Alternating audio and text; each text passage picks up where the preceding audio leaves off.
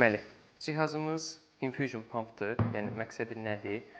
Sistem köçürməsi zamanı bura sistemin şlanqını daxil edirik, girir və çıxır.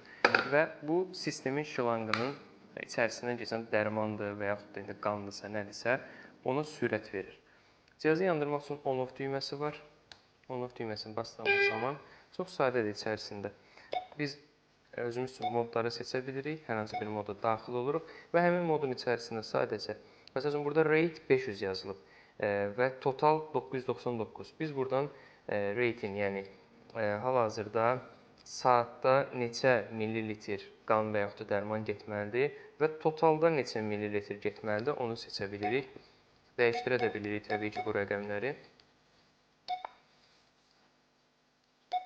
Həmçinin totalda da dəyişə bilirik.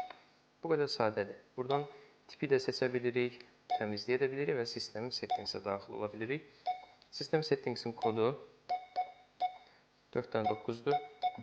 Daxil olduğumuz zaman buradan təzyiqi, onun kalibrasiyasını, dili, səsi və digər tənzimləmələri yerinə yetirə bilirik. Xatırladıcısı da var burada, reseti də var burada.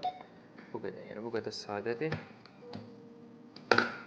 Söndürəndə də təbii ki, basılı saxlayırıq və bu qaydada sönür.